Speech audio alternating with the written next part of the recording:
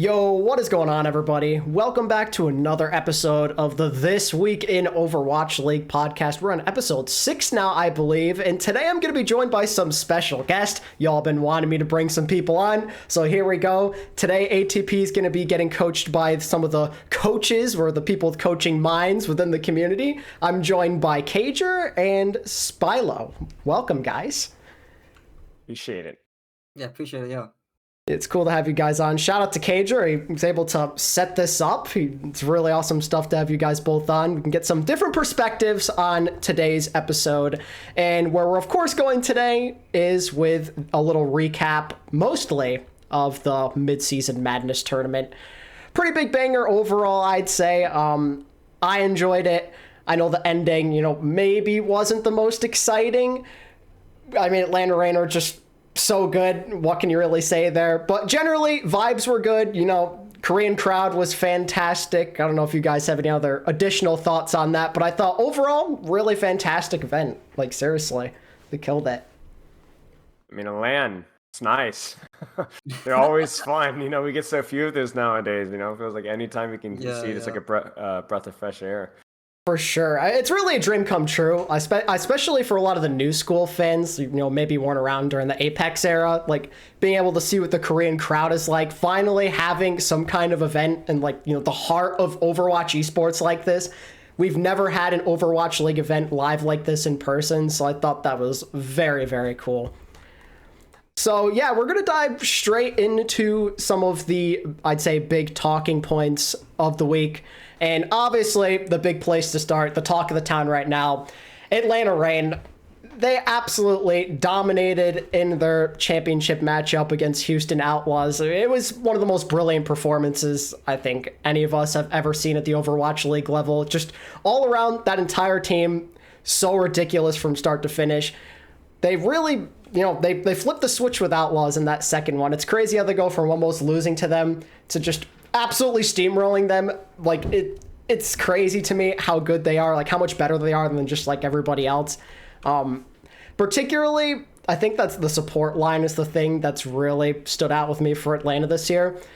Consistency wise, they're top of the line, but also the thing with Chiyo and Fielder that's so crazy is I feel like they never make any mistakes, ever. This might be the most flawless backline I've ever seen. And I kind of wanted to get your guys' viewpoint on this as more of the coaching minds. Because there's things that I see with my eyes, but I'm sure there's things you guys can see that you can kind of walk through with the audience that maybe I don't quite understand. So I'd love to hear you guys' thoughts on that. Yeah, should I start first or? Yeah, go for it. Yeah, so I think one really big thing with the brig on a backline is the rotations and making sure that both players are on the same page. I remember you bringing this up, Spilo, but the first fight on the grand finals was Chiyo playing upwards and then Fielder's playing back because he knows that Fielder can't be dove because of the distance. And I think very nuanced things like that is what makes the backline so poignant, knowing when they can actually go aggressive and take space, but also knowing when to be able to peel off a dive well, or moving up as two and playing more aggressive spaces and whatnot. But yeah, I think the communication is definitely on point between those two. And then I look at backlines like Infernals, and I see Skewed, for example, he's getting hacked by Sombra, and then he's actually walking forward, and I don't understand why. Or maybe Skewed and whoever's playing Brig isn't there for him. So I think it's really the power of Chiyo and Fielder really comes into play when you actually compare them between the other backlines in the league, and then you can actually see how coordinated they are. That's why it feels like they never die essentially.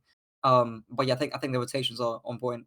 Yeah, 100%. I mean, it's all the little things, like KJ was saying. It's the rarely missed sleep darts, always hitting the whip shots off of the bashes or off of the dives.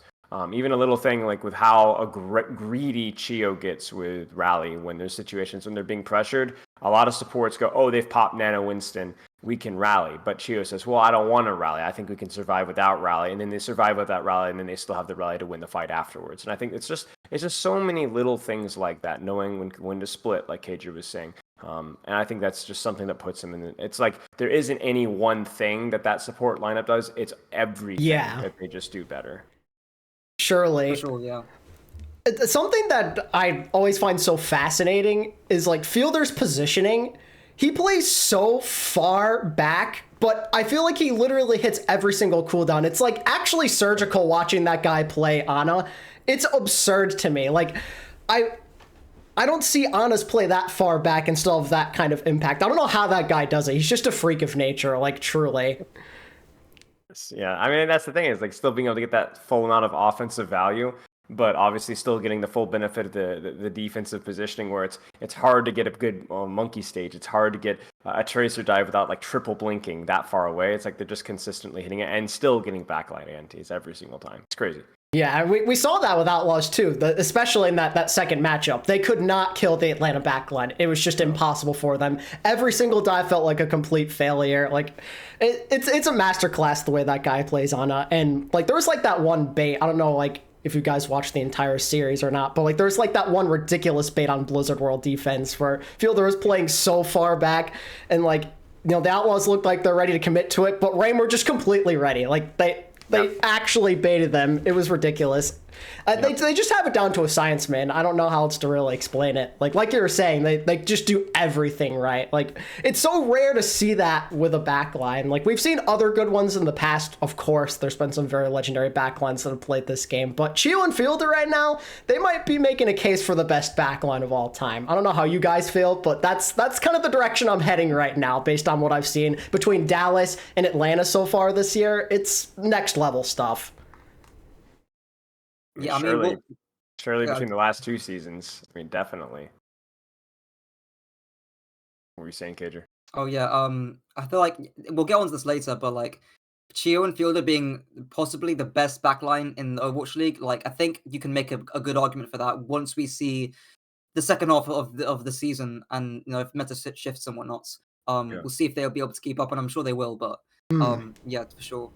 Yeah, I mean it's the best traditional backline ever. I mean you got Shu and Violet that's hot competition with their flexibility and double flex and all that kind of stuff. But when it comes to just traditional Ana Brig, Kiri Lucio, Ana Lucio, whatever, I don't think you're going to beat that backline up anytime soon. And it's just the fact that they've done it for 2 seasons as well. Like they were the defining factor really, along with Dallas's team play and the grand finals last season. And then now they're doing it all over again. Totally different meta, totally different situation.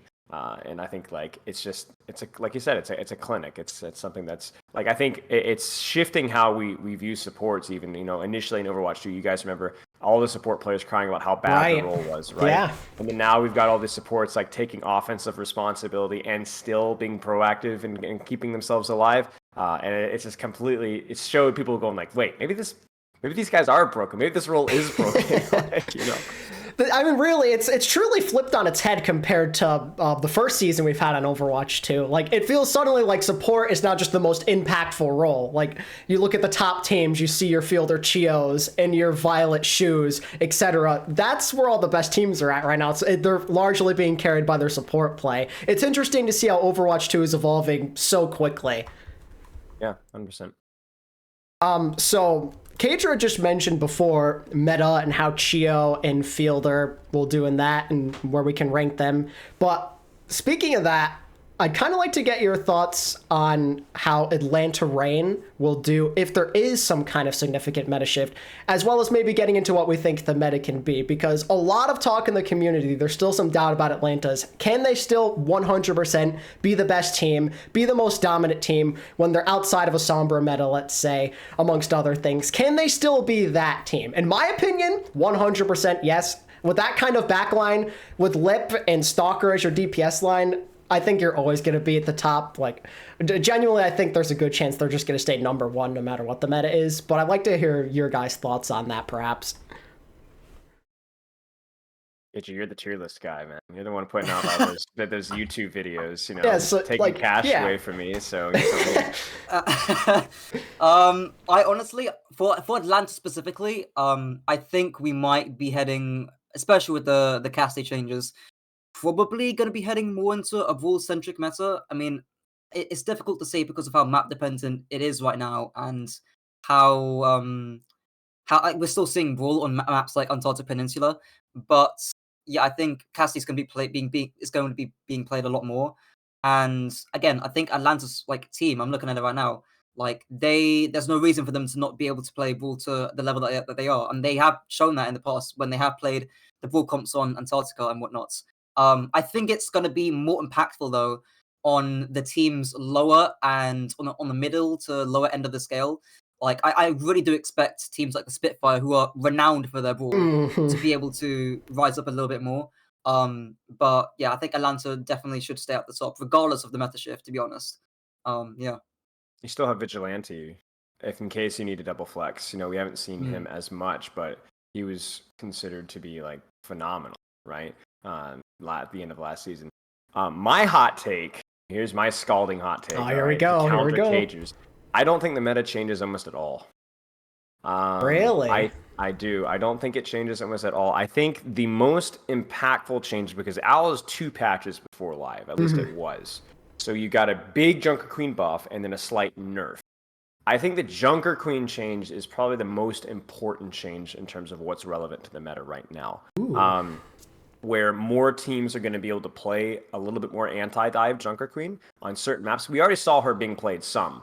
I think you'll continue to see her being played some. And the tricky part is that Queen doesn't synergize very well with Sombra, and she does fairly well versus Sombra. So there might be a lot of, like Kajor was saying, these low to mid-tier teams where the comps open up a little bit more, right? Maybe we're going to run Queen. Maybe that's going to be with Echo, maybe with Tracer, maybe with Genji. Kiriko Lucio, something along those lines. I think that's definitely going to be a little bit more of a possibility even than it was on the Owl patch. Cassidy, I don't know, guys. Like I think the Cassidy change to me has been super impactful for low to mid tier, but I am not impressed at the top tier. I still think he might be too fragile, and the grenade might be too inconsistent to land with well executed dives. That's my initial impression. I might be wrong, and like Kajor saying, it's definitely going to be map specific. But I don't know. I would be surprised to see a Cassidy brawl meta. Let's put it that way. I kind of agree with like not seeing too much of a meta shift because again, brawl. I mean, when was the last time have we ever had like a Ryan Ram Junker Queen meta? I mean, we had it once in some showdown, but that's because It's been a long time. That was yeah. So I definitely don't think it's going to change that much, especially at the higher echelons of play. But like in my mind, at least, like the Cassidy Tracer interaction, like the nade, it has infinite distance. Like I think, and trade spread got reduced or increased away by 15%, and it's like, I don't know, like maybe the micro, like if top tier tracers still have good corner usage and terrain usage, and they're able to dodge the nade, then I think it's still doable. But against more again like lower mid tier teams, I think I don't know, maybe the nade is enough to be able to force out like a Sombra or a Tracer. Yeah. Yeah, it's gonna be interesting. We've always seen top tier teams kind of make their own meta. And this season, I don't think as many teams have followed that meta. Like, Sombra Tracer's strongest comp, maybe. Atlanta reinforces that. But we've even seen some of the low to mid tier teams just say, screw you, we're playing what we want to play. I think that might still be a possibility. My question with the cast changes is that Sticky going to be enough to keep him alive? Or to put out consistent off-angle pressure versus a coordinated dive of 2 or 3 people? That I'm not so sure about. And the problem with Cassidy as well is like with these brawl comps in general, is everything's sunshine and roses until you get a primal, until you get a nano, until you get an EMP, and then stuff kind of starts to hit the fan. So I'll be curious. I think for me it's the Cassidy change and the Junker Queen overall buff. I think those are the 2 most relevant changes. Maybe as Kajor was saying, the spread change and Tracer might be a minor thing too. But I think like I don't see anything revolutionary happening, which is unusual. I wonder if we'll see another balance patch. I'm not too sure. I've liked the level of Sombra play that we've seen. From some teams. Yeah, from some teams. But I am a little bit nervous that we're just going to end up seeing the whole thing all over again, right? Maybe more Echo or something like that. Yeah, that's what I was going to ask. Like, you think we're really going to see a lot of hard dive still? Is that where we're headed? Just a lot of the same exact composition choices that we've seen throughout the first half of this year? Maybe a little bit more Echo, but I don't know. I don't see any I think we might be doomed for some more Sombra. I hope not, but we might be doomed for some more songs. Even at the higher levels, I think I could use a breath of fresh air occasionally. Right, for sure. I mean, I think people would even be happy with a bit more Echo. She's probably one of the more fun characters to watch at the pro level, so yeah, I'd be down for that. More Pelican Echo, more Stalker Echo. Sign me up for sure. Oh, yeah. Yeah, for sure. Undoubtedly. So while we're still on this topic of the meta, before I dive, I guess, a bit more into some of these Midseason Madness games, what teams, well, we were talking about some of these middling teams and how it can affect their play if there is a meta swap or if they start experimenting. Which teams are you guys seeing maybe either being like on the rise or maybe taking a slight step back even based on what you've seen so far this season? Right, Kajor, once again, you're the one that's making. I mean, you already mentioned London. You already mentioned London before. Yeah. That's like the obvious first one. They are the rush team. This is exactly what they need. Like, even if it's not necessarily played consistently at the highest level, it's going to encourage them to play it more. And I think that's probably for the best with their team. That's just what they look the most comfortable on. That's always what they've been the most comfortable on. Like we saw right before their season ended when they beat Toronto. That's their bread and butter. That's how they're going to win games. And I think that's how they can turn the season around before it's too late. Yeah, I mean, like Spilo said, whether the Cassidy can actually live against a 2-3-man coordinated dive is really a question that's going to be up in the air. And I think it's going to be very map dependent because on maps like Colosseo, where it's very linear, there's not many flanks to take, especially on the neutral, where it's just one straight line because the devs for some reason haven't removed the fucking glass panels. So I don't know why, but like on that map I see London doing quite well. But on maps like New Queen Street, for example, where there's a lot more flanks and the maps are a lot more open, then I don't know. I don't think Akassi's going to live against that. But yeah, I think London, generally speaking, should be on the rise and should land or should win games that they should be winning. As for other teams, I mean, it depends on like also the what's it called, the changes to like the Defiance as well, Dynasty, things like that. We'll get onto later, but yeah, London's really the big one for me. I had a good win there at the end too.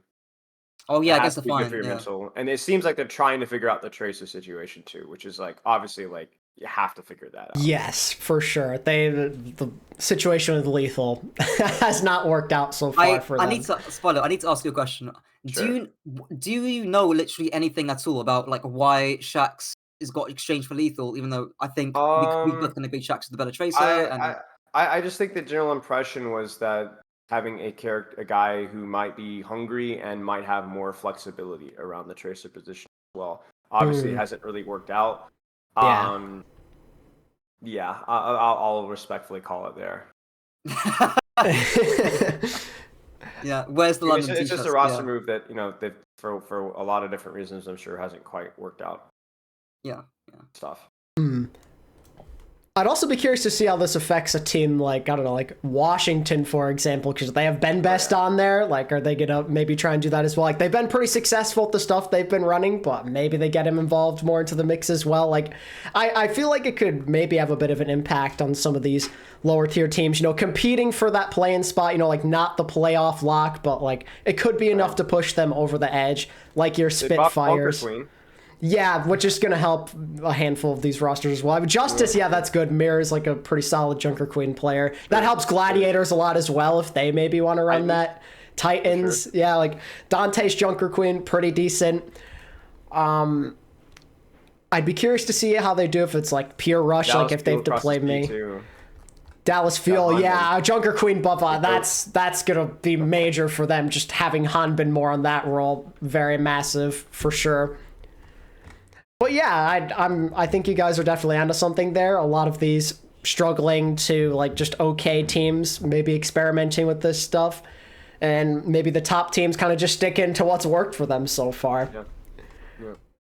It'd be cool to see a team like Florida as well. I mean, like with how all over the place they are, how willing they are to play all these different compositions, what their plan's going to be there. It's going to be wild, I think, in some aspects. But yeah, top teams, I don't really know what to expect there. That's going to be the big question mark. So I guess dragging us back into Midseason Madness, since we kind of went over the meta a little bit here. what were some of your thoughts on some of these games, gentlemen? Like Atlanta Reign versus Houston. I mean, the second time, obviously not very close, but like that first one, I mean, Houston damn near pulled it off. That went the distance. Like, was there any like sort of game defining maps, plays that happen in your guys' eyes that kind of set the tone for that series? Like for me, it's probably map 4. What happened on New Queen Street. I mean, like Atlanta, I don't know where this random strat came in with Vigilante coming in, playing Zen. All of a sudden they're on Wrecking Ball and Outlaws are just playing Sombra, and like comes down to the final part of that map. Like it seems like Atlanta might have it. Outlaws waste EMP. Suddenly Rain are wasting Transcendence. Like it was just such a wacky map, honestly. That was probably the thing that stood out for me the most. Yeah, it gave me flashbacks to the Scrims leak. That's like the last time I'd seen that composition. I mean, we'd seen a little bit of Onizin, but like the Onizin Ball Summer Tracer, that was like Shock Atlanta. I think Shock Atlanta on New Queen Street. It's been a long time. So it was a different strat, obviously backing off of that and the Blizzard World full hold. You're like, wait a second. Goliath has an Achilles heel here, right? So that was surprising to me, to say the least. And it almost felt like Atlanta Reign went back to the drawing board and was like, you know what, guys, we got a little bit too cute. Let's just hit him in the mouth, Blizzard World is tricky because it's just a map where, like, if you mess up one fight, you can get full held. Full held. If you mess up that big old fight, you might not get another. A little bit like Rialto in that respect. But, it was obviously maybe go back to the drawing board. Let's not do anything cute. Let's just hit him in the mouth with the fundamentals. And that's obviously what ended up happening. Yeah. It was interesting. Like, it was like close in like such a different way compared to what we're used to with those fold holds that you mentioned. Like, it was like just zeros across the board with every single map. It goes to show how close they really are to each other, I'd say. Like, I know Outlaws didn't do too hot in that second one, but Outlaws have firmly shown us they are the only team as of right now that can hope to compete with Atlanta Reign, at least for the time being. But honestly, Atlanta probably lose this game if it weren't for Stalker and that guy just being an absolute freak of nature, I feel like. I mean, his Tracer was just a different level in this series. Just the fact that he comes over from Dynasty, he's benched behind a legend like Prophet for a year, comes to Atlanta, finally a full-time starter, and just makes the most of the situation. Like, as a coach, like, what is that like seeing your players' mentality of being benched and then, finally having that opportunity? Like, how do you keep the right mindset to, make the most of that situation if it does arise instead of like being down in the dumps? Because like, obviously that's pretty tough on Stalker, finally makes it into Owl, benched by Prophet for an entire season, basically. Comes to Atlanta Reign, who are looking to win a title. All the pressure on the world and you to compete, to be that good 1-2 punch with Lip. Like, how do you go about that? Like, just as a coach, like keeping your players confident, even if they are on the bench? I don't know. I mean, it's a big credit probably to Stalker's mentality more than anything else. It's definitely a hard thing to coach. I mean, I remember a lot of times, even last season with London, and even the season before, trying to manage some of the DPS players that we had, and Poco on the bench, and then Hotties on the bench, and trying to keep them engaged. But ultimately, it's like, especially with so much crap going on, it's really up to the player to just be able to keep themselves motivated. And we were talking about Shaxx earlier.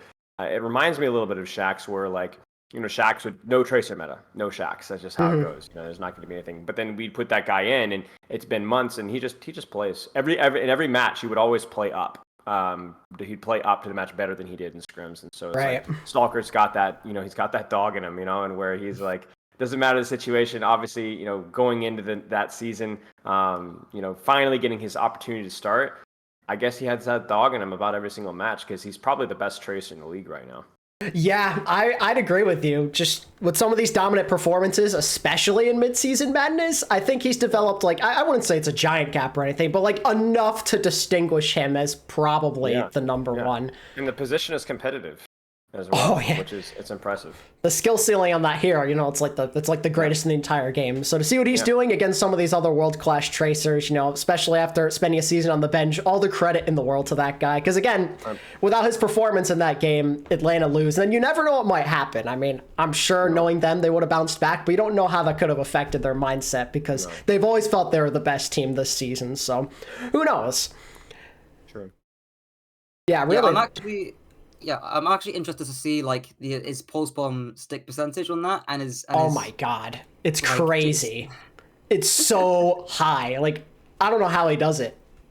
Yeah, and his postman kills per 10. I mean, I think like good, like really top tier tracers get 60+% constantly in postman sticks. So I'm actually curious to see what he got that game. But It was yeah, nuts. also yeah, and also with the bench thing too, about still actually having like the mental strength to be able to stay motivated, I guess, when you're on the bench for especially for an entire season. Like I was watching the LeBron James documentary on Netflix actually like earlier today, and I've also watched the Tottenham Hotspur documentary, and I've also like there's been players on my own collegiate team that don't that have to be benched unfortunately for the sake of what we play, and like the thing that I've learned is that like nobody wants to be benched, like at any cost. Oh, Nobody, yeah. everyone hates it. There's no good way of spinning it around.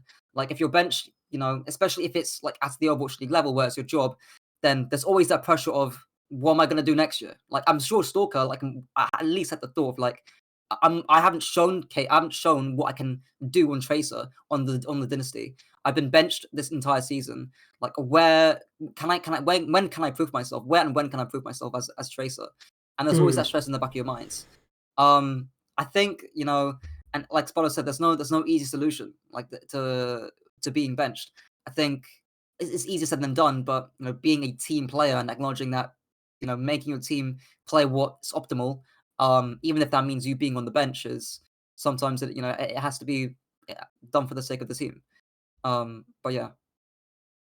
Yeah, well said for sure. I agree. Again, all the credit in the world to that guy for being an absolute monster of a player.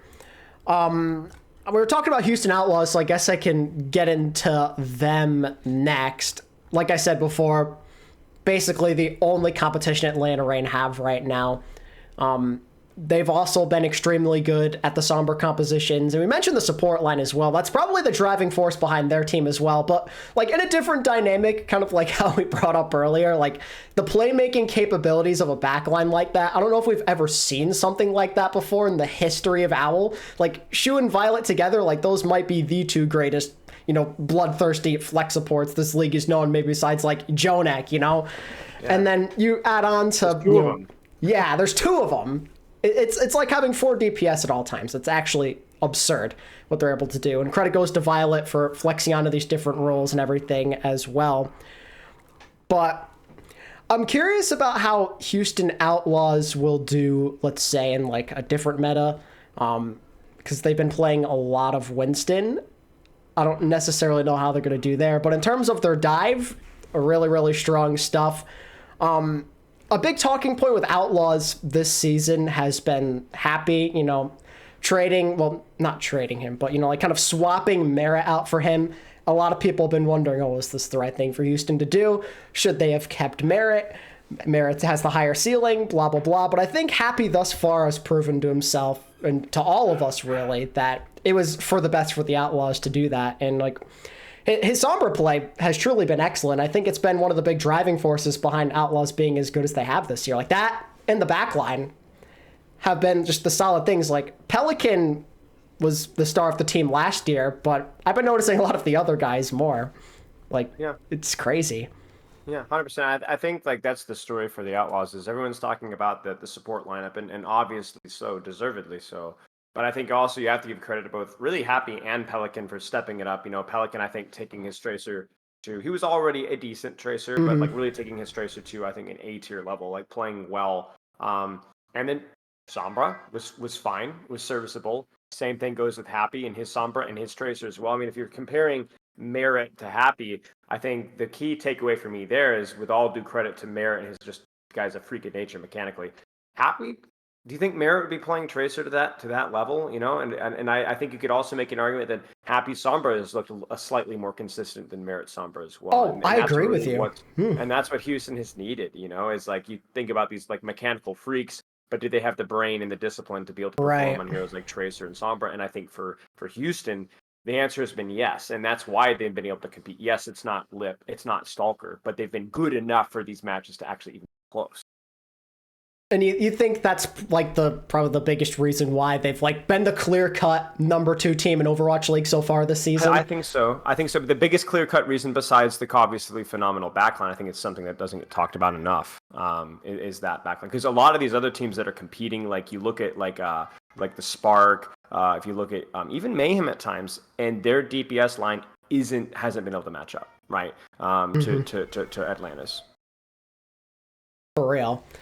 Yeah, I always go back and say it. I really think it's the Sombra that has made such a huge difference. Sombra's like, the meta-defining selection right now, and Outlaws have just clearly been the second best at it, and I think that's really the driving force behind why they've been so good. Like, there's been other Sombra teams that have been solid, but really it goes Atlanta, then Houston, then like everybody else, truly.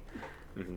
I still think there's a gap Sombra-wise between Lip and everybody else. Well, that's just ridiculous. It is. But at least with Houston, it's like, the Tracer plays solid most of the time. The Sombra plays solid most of the time. It's a small step above. Yeah.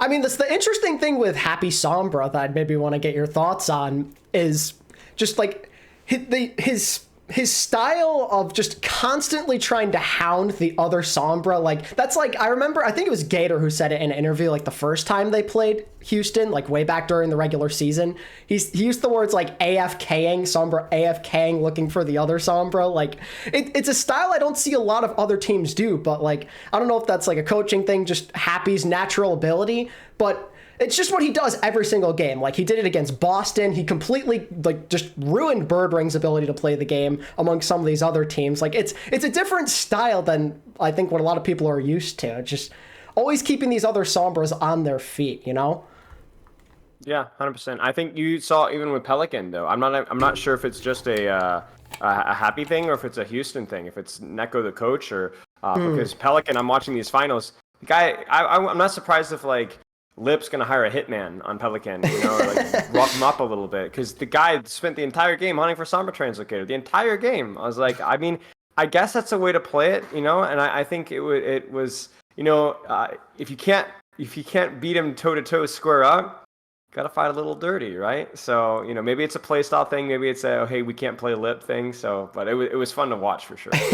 Do you like that style personally, or you're not a fan? I think it's good a lot of the times. I don't think it was good as much as it was being utilized. There's a lot of things that a Sombra can do, 7 or 8 different like set plays, right? That's just one of them. But I think if you can't make the right call about which of those set plays you're going to do every time, if you're not Lip in that department, then that's a life hack. You cause some chaos, you throw some randomness, play with the mental brain side of things, and especially on stage too, right? There's a lot of pressure, so maybe Lip booms, maybe that's how Houston wins the match. I think there's a lot of ways to win the match. So I mean, it was a smart strat, probably worth a shot. I mean, and look what it did to the other teams as well. Like I just mentioned Boston before. Birdring had absolutely zero chance. Yeah. he had no idea what to do. It was just absolute domination. I mean, that's the definition of a cheese, right? It's something that's easier to execute than it is to counter. And if Birdring isn't good enough to be able to play around that, then you're kind of screwed. That's what makes Lip so smart too. He knows. That guy's awareness, this guy knows. There were so many times in every match they've played with Houston, actually, where you see him like manually destroying it himself because he knows that Happy or Pelican, they're looking for him. He's a smart guy, and I think that's what kind of gives Atlanta the edge over them. But for some reason, no one else has that kind of adaptability, I guess, right now. But maybe they'll study the film, and that can change in the future. Let me think. So from there, I just mentioned Boston. I don't know how much you guys watched Boston during this tournament, but they really confused me. Like, a lot. I do not understand. Like, I understand getting rolled by Outlaws. That's whatever. Second best team. Totally get it. But then, the next day, you have a good bounce back game against Spark. You're looking good. But then, literally, just like, I think it was, hours later, or maybe like the next day, I can't remember exactly. They play Mayhem, and it's just not even close. Like, I cannot fathom what was so different between such a short amount of time. Like, they look so confident against Spark. They looked like, exactly like they were doing the right thing. Twilight was playing out of his mind, probably one of the greatest Ana performances I've seen in recent memory, by the way. But then they go up against Mayhem, and like it almost looked like they were scared. Just from what I saw, like, I don't know if they had bad experiences with this team in their scrims or something, but when they played Florida, they looked like a completely different team. This didn't look like a team that was full of, like, mostly champions. They looked terrified. They lost that first map, and they're just completely boomed. Like, I just don't get it. Like, is that just, like, a style thing? Like, I don't know. Really. Yeah, I think with the consistency thing, I didn't watch too much of the Boston games. But then, I mean, this could even be, again, the opponents, right? Like, maybe against, East being worse than the West and still Spark not being that great. But with consistency, like, it's not unusual for players or teams to play great all of a sudden one game, and then the next game, there's completely silence. No one could even, they're not even doing anything. Right? I think another example of this is on the Infernal, with Zest and MN3. Sometimes they were absolutely destroying their games, right? And then other times they're completely quiet. Bro, right? don't remind me. MN3's Sombra frustrated me. Don't even get me started on that Blizzard World attack. 5-minute time bank on point C and you fail the cap completely. Like, that's unheard of. Yeah. I've never seen something like that in my entire life. Insanity. How you screw up that badly.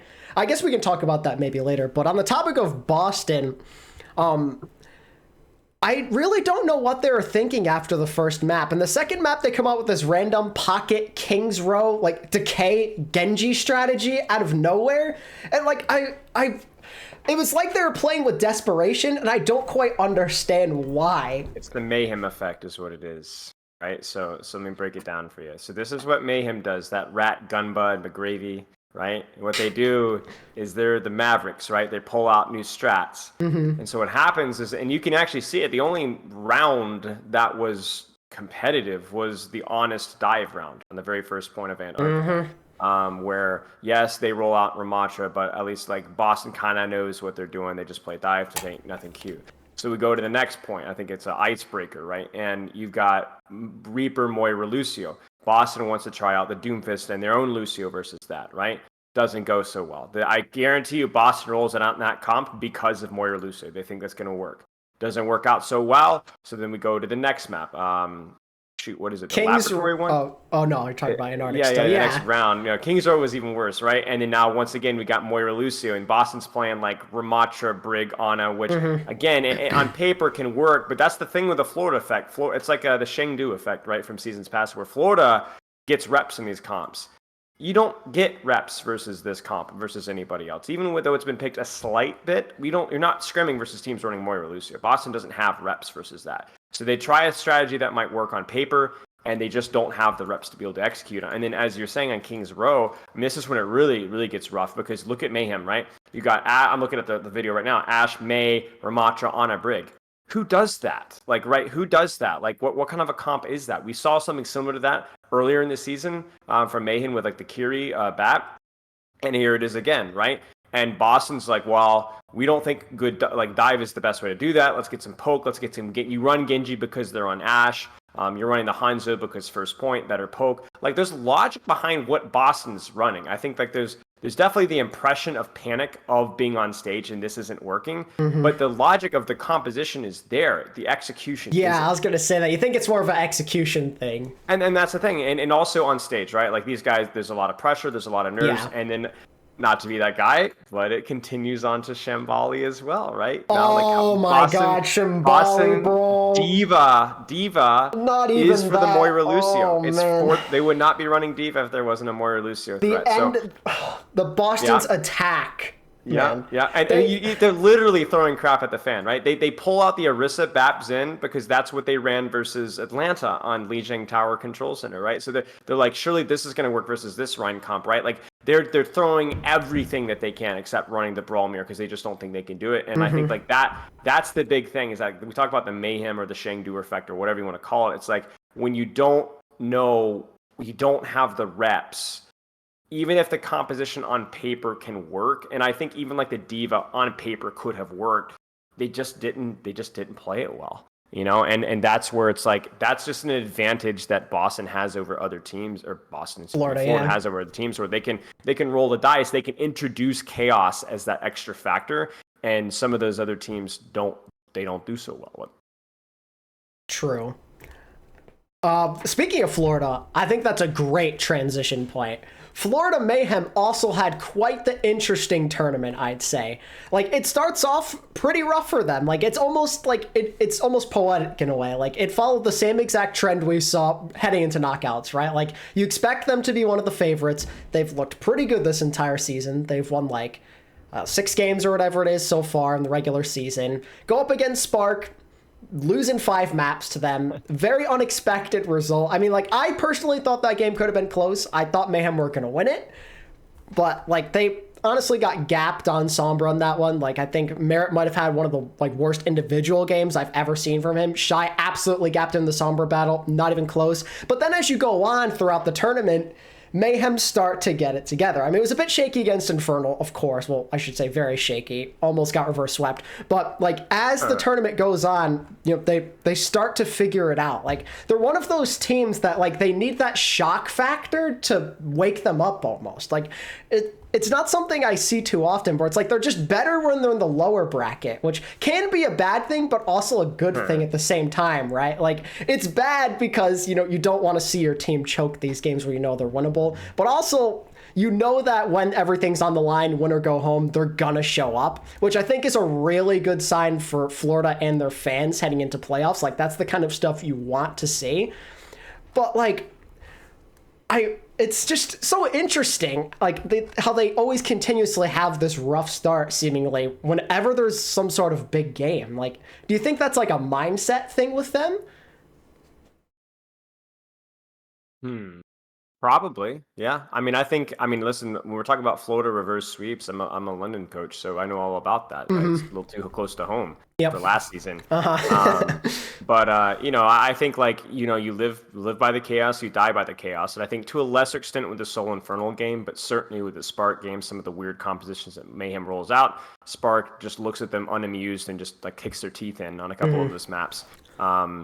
And then, I think to a lesser extent, the same thing happened to Seoul Infernal. But yeah, I think Mayhem is very much a momentum team. I think, who did they play at the end of this regular season before they went into playoffs? Where they lost? Was it Glads or no? But anyway, they played Glads in knockouts Houston. And lost to them. Yeah, Houston, they lost to in 5 maps. Lost to Houston, yeah, right. But that was like that was like great play from them. But then we've also, who did they go to map 5? Was it Valiant? Yeah, they went to map 5 with Valiant, yeah. I mean, it's like stuff like that. You're like, wait, hello? Like, I'm not beaming on the Valiant boys necessarily, but, like, shouldn't be close, right? So it's like, that's the Mayhem, what is it, momentum? Is it mentality? And I think that's, like, it's so hard to say from an outside perspective, but I can tell you from an inside perspective on other teams, and Kajor can too. The mental leadership, waking up on the right side of the bed and all that, that's a real thing. That's a real thing, especially on LAN. Yeah, sure. As a London fan, I was gonna say, like, I have PTSD from last year from London losing against their Mayhem twice in reverse sweeps in 2 different stages, and I'm like, oh, the second one was because I wasn't there. It's so true. That was so true. So true, bestie. Yeah. But, like, it's probably almost always a mindset thing. I wouldn't be surprised if it is. And I think, as even Christopher said this when I interviewed him, like, with why London didn't do as well in playoffs or when it passed the regular season was probably an experience thing, where the boys at London didn't have enough reps to where they felt comfortable in that sort of environments. But by the time they reached the playoffs last year, they had enough reps doing and going to lands and doing that kind of thing on the actual stage, and they did pretty well. So I definitely think it is a mindset and experience thing, with regards to how the Mayhem performs. Well, and will probably still perform well come time in playoffs. Yeah, maybe that inconsistency thing is probably the reason why they will be a great team, but they probably won't win the league. Because of it. So. Yeah, I mean, I think the inexperience factor is very prevalent with this team. I mean, Merritt, he's had a lot of a lot of experience with Runaway and O2 Blast and stuff, but a lot of these other guys, maybe not so much. Like, a lot of these guys aren't so accustomed to the stage, even after, I guess, a year in the league. I mean, they've never been this good before, on a team this good before. You think of your Someones and your Checkmates, etc. So I could totally see that, for sure. It's just interesting with them. Like, they clutch up when they need to, and I think that's what's so cool about them. When the lights are at their brightest, that's always when they seem to play their absolute best Overwatch, which is a great quality to have, like, genuinely.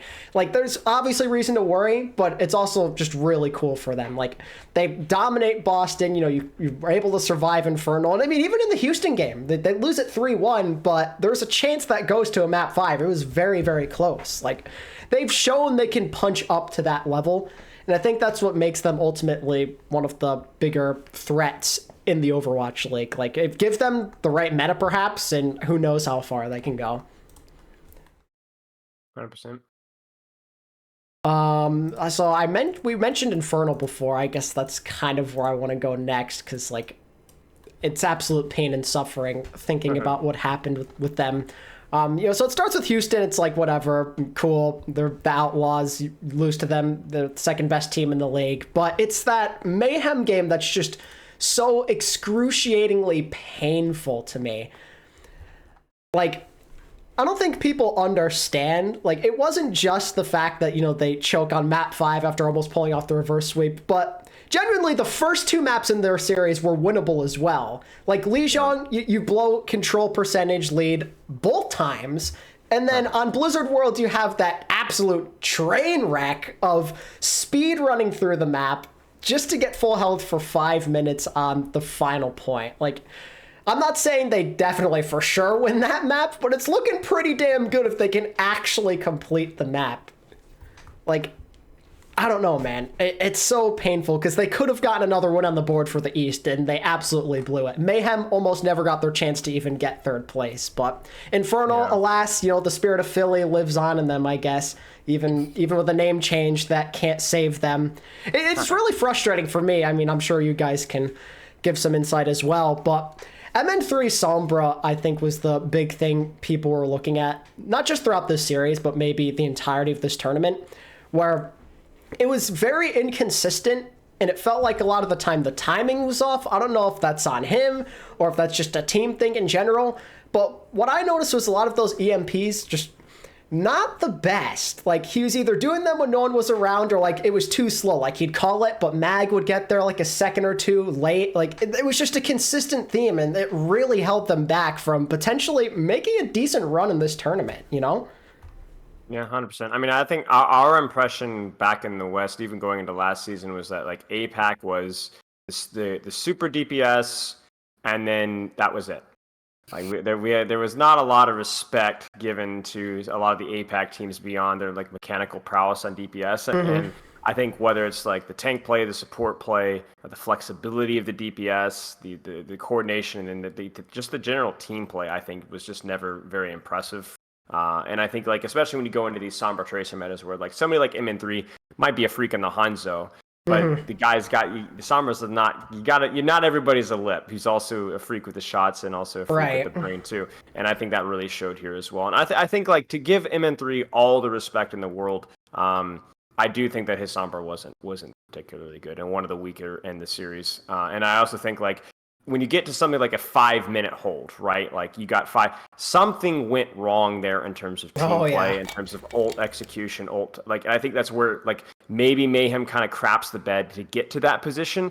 But when it comes down to knowing what to do in each situation, in each ult fight, okay, this is the fight plan. Okay, we need to coordinate this. And okay, when they have this ult, we need to be using this ult. That's where Mayhem, I think, just had a better understanding and better execution. And I think that's where, again, like, where the East really has to step up to prove themselves. Because, again, both teams in the tournaments from the East, people talk about MN3, people talk about Shy and Leaf, but they're not talking about the level of team play. You know, they're not talking about the coordination of these teams, the understanding of these teams, the execution, and the fundamental boring compositions. I mean, I said it myself. It's like, I would be surprised if Shy and you know, MN3 aren't clicking heads somehow based off of some map selection. I don't think they're going to be able to compete on these comps, and they weren't. Right.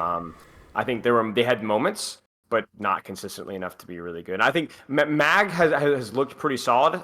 To give credit to that tank line for sure. I think probably my favorite APAC player to watch. It's great. But they're just not Atlanta. They're just not Houston. You know, you have to have a complete team. You know what I'm saying? And I think that's what a lot of these APAC teams are missing. Yeah, I was going to bring that up. Do you generally think that's like the thing that always seems to make the West better than the East these last few years? Or do you think there's other factors that go into it? People bring up like, you know, not being able to scrim them and other things. Like, do you think it's like a multi-factor thing? Or do you think like it's the talent, just like the teamwork that mostly separates them in the end? Yeah.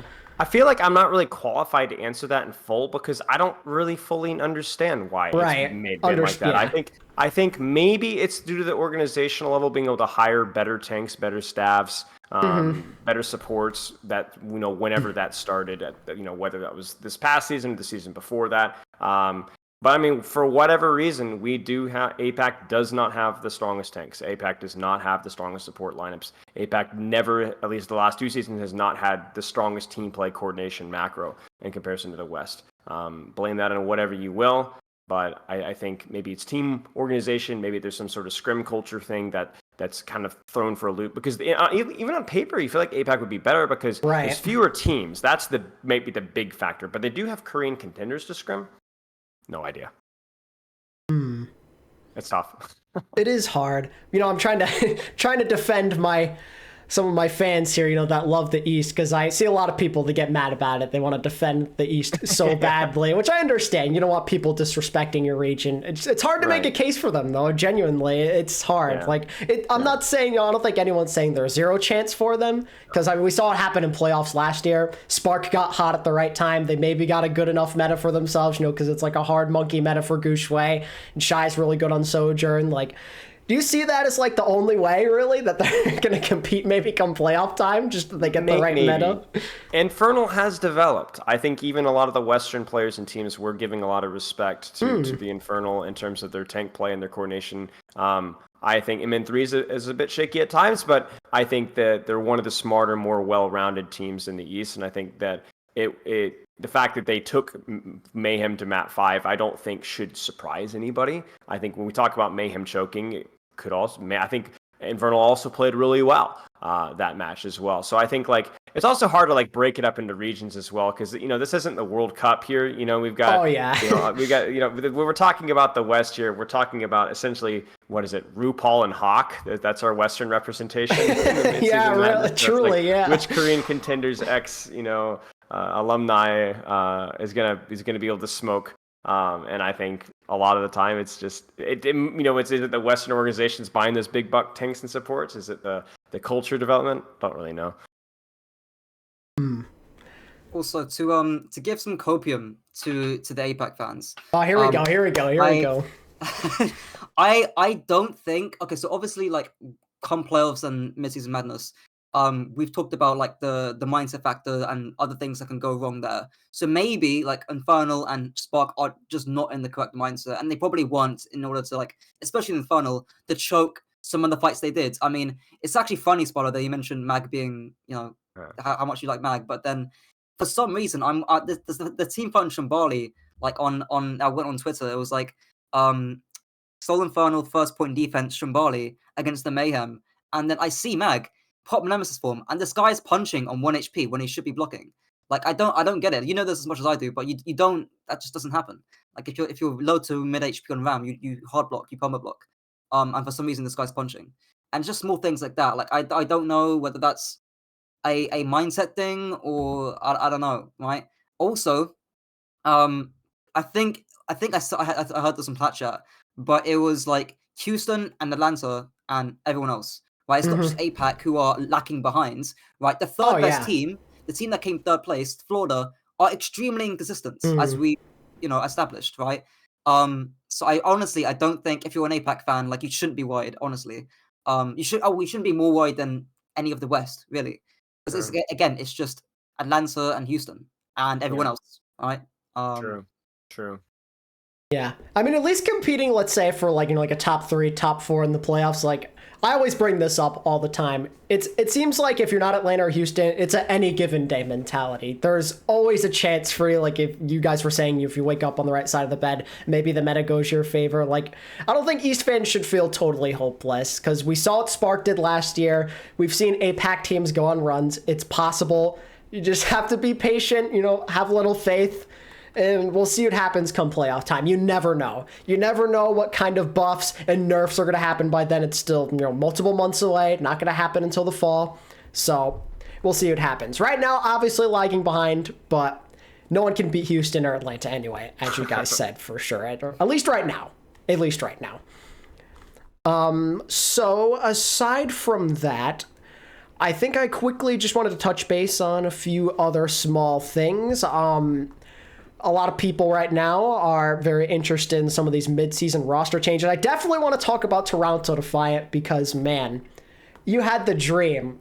You finally get American Tornado together, all the boys, all the bros together. They're ready to dominate Owl, and it lasts all of 9 games, and then they're out of there. That's got to be totally crushing, It did not work out at all for them, and now they're bringing in Korean talent. They're bringing in Opener, they're bringing in Spectra. 2 very, solid players. They looked pretty darn good in the East knockouts. I think they could, benefit this team, put them more on the right track, especially Spectra, crazy cracked player. But I'm curious to see how this affects Toronto's mindset, particularly. Like, I'm sure they'll be okay. They're all professionals, but like deep down, you got to be hurting. You've been dreaming of this moment probably for years, I'd say at this point. You have all of your bros together, and now, suddenly a few of them are problems. Well, not necessarily problems, but, like 3 of them didn't work out for the sake of the roster. You got to move on from them. Like, how do you stay on the right track and not let that affect you mentally is what I want to know. Because that can be tough. Even if you are a professional, that can be very tough. You made the video on it. This man violated everybody. So. Oh man. But with Toronto, like, in fact, I remember like you made a video 3 years ago about like why player-led teams can be successful. Yeah. And you actually interviewed Ultraviolet, who's on Yeah. on. Oh wow, funny connection there. Yeah. And honestly, like, there's just so many factors. I think one of them is just like player-led teams, just like the American Tornado aren't gonna work at like the Overwatch League level. And I remember Kajor saying this when he got interviewed by Yeska, but he wanted more of a fusion between the team being coach-led and the team being player-led, but for some reason that we don't know, that didn't work out. So honestly, like, I mean, I think honestly it was talking about the Toronto changes. I think they were overall good changes, as tough as that is to say. Like Sam Sombra was not it. I'm sorry, but like the guy was EMPing too early, and it just seemed uncoordinated, which isn't his fault because he's not a Sombra player. But yeah, it just seemed a bit all over the place. And not gonna lie, you can't expect that from a team that is more individually player led. Right. So. Well, who knows what's going on behind the scenes? I think it's always a combination of factors, right? Like it's bad meta, for Monkey Sombra Tracer, like that's a meta made in hell for Toronto Defiant. You don't have a good Monkey player, you don't have a good Sombra player, you don't have a good Tracer player, and by good I mean Overwatch League equivalent of good, A+ tier. So that's the disaster. Was it a question of, people were rusty and hadn't worked with each other in a while, a combination to a slow start leading to bad confidence, and back to behind the scenes issues, people like there's probably a combination of all of those things, right? And I think that's the toughest part is it's like you go in there and you're like, there isn't really any one thing to blame. It's just a little bit of everything. I don't think that you can barely look at OG or Speedily or Sam and be like, these guys aren't Overwatch League level or weren't Overwatch League level. I think that's a little bit hindsighty, right? Right. Were they going to be the S tier? I don't think anybody would ever claim that, but I think that given the right situation, the right meta, the right organization, a hotter start, it's good to go. And then on the topic of player-led teams, I think some form of player leadership can be there, but I think the player leadership has to have a level of maturity that you need adversity or the right type of player to lead through. And I think a lot of the Toronto players maybe had not had that level of adversity and being able to cope and deal and push through with that. Yeah, that's a really good point. Just considering, what they were in contenders, they always won. So I think that's that's a very fair point.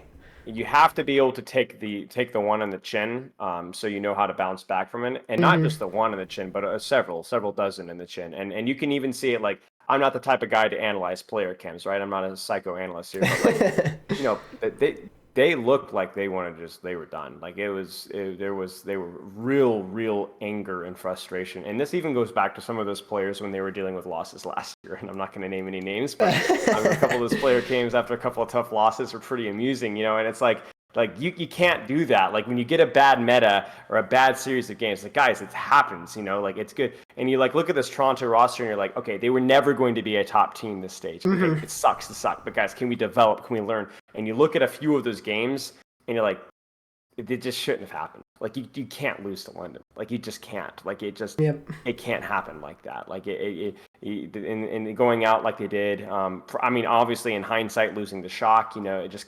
That was a tough one, yeah. They could have won that one. They should have won that one, right? And that's the kind of stuff, a lot of things can change, but player development has to happen. And I think it's got to be tough looking at the cuts there, especially for the individual players. Obviously my heart goes out to them because I know how that feels. But I do think that this roster has more potential to be on the upswing than on the downswing, not just because of the new talent, but I can speak from experience. When things change, there is a little bit of a rejuvenation of okay, maybe we can fix this, right? Maybe the meta is going to go more our way. And I don't think it's going to be as much of a downside as people think, because as close as I know those guys are, it wasn't working. It's true. It wasn't working. No. And it really makes that move easier when you're looking at it and go, wow, that stage was not only disappointing, that stage was terrible. So miss you guys, but maybe this is for the best, right? And I think even especially with the players sticking around, something had to change.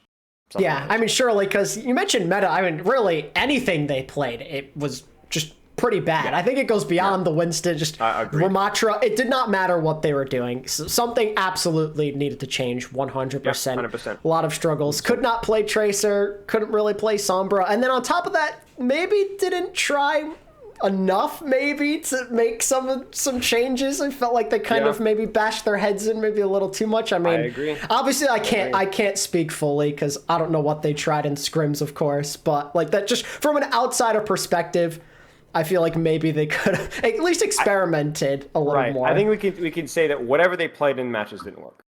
Whether that was a conflicting message from what worked in scrims, that's always the tricky part. But more Junker Queen in some maps, maybe forcing Diva in a couple of other maps. Right. Something you had to try something. And obviously Imagine not being there too was a huge problem, because I think the first thing that you would try would be to pull out your slightly downgraded Houston Outlaws backline, right? You get your Magic UV on a Kiriko on any map that you can. I think that's a priority. Strong, yeah. I think that's a strength that team would have had in a lot of those matches that, unfortunately, with Magic not being there, this wasn't an option. Poor guy. Literally the second year in a row has to deal with this visa hell nonsense. That's brutal, man. I mean, at least with Florida, he got there right in time. With Toronto, he's missed half of the season. That's gotta suck. That really sucks. And as for the players that are leaving now, I all hope that they can find some new homes or whatever they decide to do.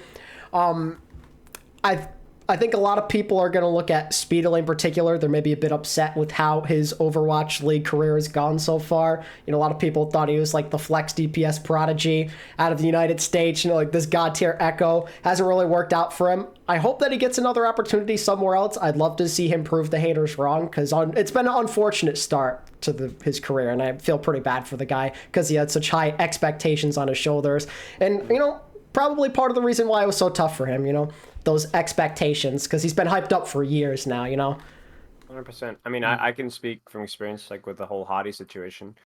People were saying that guy shouldn't even be in contenders after the first season. And, oh my God, yeah. And then you guys stuck with him. You stuck with him. A lot of factors go into things like that, and I think it's unfair to judge anybody based off of a lot of factors. Everybody was contributing to that problem for sure. Oh yeah. But it's no one person's fault. And he proved himself, you know. Originally, guys got rid of him, then he came back. He proved himself. Awesome stuff. So yeah, I think the other thing was Justice. You know, they parted ways with FD God, which a lot of people were pretty upset about. I mean, I think it's cool. I mean, literally, Get Amazed said they're having support trouble, needed to make a change. I appreciate him saying that. But a lot of people were pretty outraged about that. You know, FD God finally back in Owl, finally got his next chance, gone after, they played like 10 games, I think, total. So just gone like that. And I'm sure as a coach, you know, for him that was hard. He mentioned that he's pretty close with FD God. You know, a lot of people, I'm not going to say anything, but a lot of people think it was nepotism. You got FD God on there, got his boy Ben Best, but like he admitted it was hard. It was really hard for him to get rid of FD God, but he knew it was for the best of the team to move on, maybe try something different there. And I don't know. You guys have maybe had to go through that as coaches. Like, you know, maybe there are certain players you're close with. Like, how hard is that? Like, emotionally, to make that choice. Like, to say, you're the one actively coaching a team right now, so. Like, what's that like? Just like, so the audience knows, like, because that's tough. Because some guys, you know, you develop a good relationship with some of these people. You know, especially Get Amazed and FD God, right? They've been friends for years now. So like that had to have been heartbreaking for the guy. I can't really speak from personal experience, but like, as long as it's a like a God, it sounds so corporate, but like a mutual understanding, or like a almost like a, because at the end of the day, like both players, or both the coach and the player, they want what's best for the team. Or like and they know, like the player knows that, okay, I might not be the best pick for the team. I'm sure FD God knows that, like he wants the Justice to do well, and as much as he wants to be on a team and have like a sustainable career, he understands Get Amaze's perspective, and I'm sure they had a very mutual and respectful exchange. But you know, of course, it's going to be hard for Get Amazed, who, again, close friends with FD God. But I think separating, you know, the friendship and the game is, you know, having that in two different spheres is kind of important in order to like actually be able to go through with something like that. You know, I appreciate Get Amazed, you know, making a clarification post. You know, this was his choice. This wasn't necessarily someone else's. You know, this was his idea. He knew it was for the best for the team. So, you know, I'm glad he sent that message out, because, again, a lot of people were a bit suspicious as to why they brought in FD God to begin with. Like, I'm not going to judge, but, like, that was the public perception. So I think it's cool that he made something like that. And I think, you know, Justice can maybe get better from this. Like, seriously, they're already relatively competitive. They won 5 games regular season so far. They're looking pretty good to be in that postseason, or at least make the play-ins. So maybe support line shakeup could kind of move them up to a slightly higher level. And really, aside from that, I think I basically covered all of the main points of like Midseason Madness, as well as some of the stuff that's gone on since then. So as we kind of wrap up, who's hyped about World Cup? I'm struggling not to alt tab here, because there's been some pretty hyped Denmark Great Britain match that just wrapped up here. So there's been some crazy matches going on here right now. It's a shame that we don't get to see player cams and all that kind of stuff. Oh yeah. Like, wow, some of these matches have been intense. Norway coming out swinging, you know. Great Britain and Denmark obviously just had a great match. There's just been a lot of great matches, and I think a lot of it is, the exciting thing with the World Cup is always to see the new talent, right? Yeah. And the stuff, players that maybe you've heard of, or even contenders players that you know of, and then they get to play versus the Owl Big Britches boys and see how they do, and it's always fun to watch. It's big. I mean, this is where, you know, some big players who have made Owl initially proved themselves. This is where they made a name for themselves. You know, you think of Gushue, you think of FD God, like this is where it all started for some of these guys. So maybe we'll see another 1 or 2 of those players when we get to BlizzCon, let's say. Maybe not necessarily now while we're in qualifiers, but once we get to there, you never know. Like that's where a lot of legends are born, right there in World Cup. And I think it's great that we have something like this back after like 4 years. Like it's fantastic to have it back, really. Are there any teams in specific or games that you guys are pretty excited about here coming up? Like, is there any teams on the watch for you? Team UK. A little bit of bias there, but yeah, no, TUK is great. Got Bone back on the support again. Denmark. I think Norway. Little shout out to them punching up like crazy. Oni recently. God, my guy. Yeah, and that tank play too. Like, I mean, they've obviously got great players, but not a lot of big names. And so, like, watching that team pop off has been really, really fun. And then obviously USA will be fun. That's going to be interesting. United States is going to be very, very interesting. They just made those changes. We promoted Aspire and RuPaul. They're up in there. All I'm saying is, don't be surprised if you see Super making the main support swap next. You never know. You might see Super on hit scan main support. We'll put him where we need him. I wonder if he's going to play at all. I'm curious. No leaks. Oh, come on. No, you know what? No, I'm speculating, not even like asking you. Just like I don't know. Like, I feel like I've heard rumblings, maybe. I mean, there's things he's going to be good at that are obviously, stronger than what Kajor brings to the table. Obviously, the support line's like the big thing right now. Like, that's going to be the big challenge right now. You don't have a natural main support player on the roster now, so what the heck are you going to do?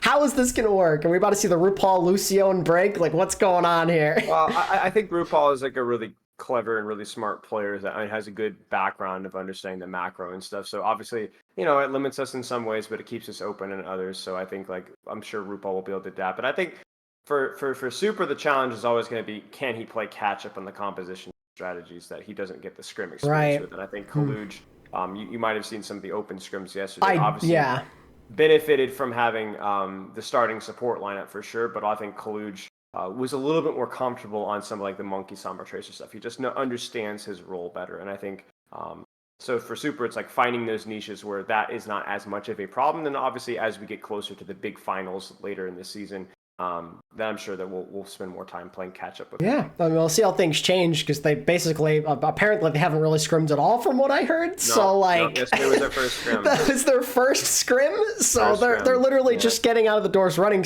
which makes me curious about how this Canada game's gonna go. I'm sure they've practiced a bit more, so I wouldn't be surprised. Wouldn't be surprised if they push US and maybe even beat them. Could be. Listen. I'm not part of the NA hive mind ego crowd. I'm willing. We have a little bit of humility where I was raised, so it could. I don't think it's gonna happen, but it could.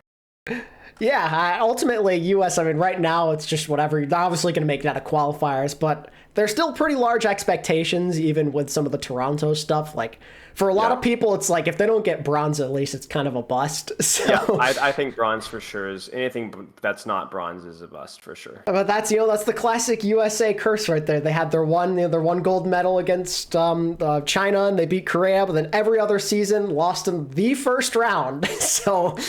Yeah. I don't know what to expect, man. I really don't know. Yeah. We will see there. But yeah, it's going to be pretty fun, seeing if anyone can even punch up towards like China and Korea. That's going to be really fun stuff. Even just having these qualifiers is great. So many different countries competing. A lot of countries are actually competing for their first time ever, which is really sick. Yeah. This for me, it's the 4th and 5th place.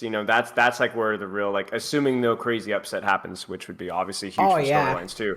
But the 4th and 5th place, Saudi Arabia. Is it going to be Norway all of a sudden smacking people around? Is it going to be Denmark? Obviously, Denmark's talking a lot of trash. They got a crazy roster. They are really good, yeah. I don't know. There's a lot of teams that could compete for that spot, even Team Canada, right? So we'll just have to. Yeah, I'm looking forward to that when we get those matches. We get some really competitive ones. Like, this might be one of the more competitive World Cups, maybe like, outside of like the top that we've seen in a while. Sure. Because that's honestly where a lot of the best games I've ever seen from the World Cup have come from some of those early rounds, like the quarters, the semis, even like the round of 16. Like, I think back to like US versus Korea in 2017, really hype match. I think later that same year, Sweden and France played like a crazy 7-map or whatever it was for the bronze medal. Like, that's where the big stuff comes from. And I'm really happy that some new fans finally get to experience this that may not have watched these events live before. It's going to be sick. Yeah, really. It's great, especially for old heads, like those who have been around since the beginning. This is cool. It's really, really cool. But yeah, any final words, gentlemen? I could beat Kajor in a 1v1 IRL with my hands tied behind my back, blindfolded, in a wheelchair, on 1 hour's sleep, and 1 saltine cracker eaten in the last week. Wow. This guy. Not personal though. It's not all the boomer jokes. I did not expect you to go into so much detail there. I will personally travel all the way to South Carolina from London just to prove you wrong. Yeah. Just to prove you wrong. You're like 5'3", aren't you? You're like 5'2"? Oh my gosh. This guy couldn't swim a pool, much less the Atlantic. Overwatch creator clash when? Seriously. Dude, that'd be funny. That'd be sick. But yeah, as we wrap up here though, definitely check out Spilo and Kajor's channels. I'm gonna leave links to those in the description. They both make amazing content. I highly advise you check them out. Spilo oftentimes, as the former Owl coach here, dives deep into some of these games. If you want some very detailed analysis about these matches, you gotta check him out. He makes amazing stuff. And Kajor, he's just all over the scene. This man, dabbles in Overwatch League. He does Overwatch guides. He's got a little of everything that you're looking for. So absolutely check out both of their channels. They're great guys. And thank you both so much for coming on. Like, it's awesome to finally have some guests. Y'all made my life a lot easier and my voice hurt a lot less today. So I appreciate that. Yeah, no worries. Yeah. Yeah, but other than that, though, thank you guys for watching. Definitely hit the like button if you enjoyed. And if you want more podcast content, that's coming. I promise. More guests in the future. But until then, guys, take it easy. Peace.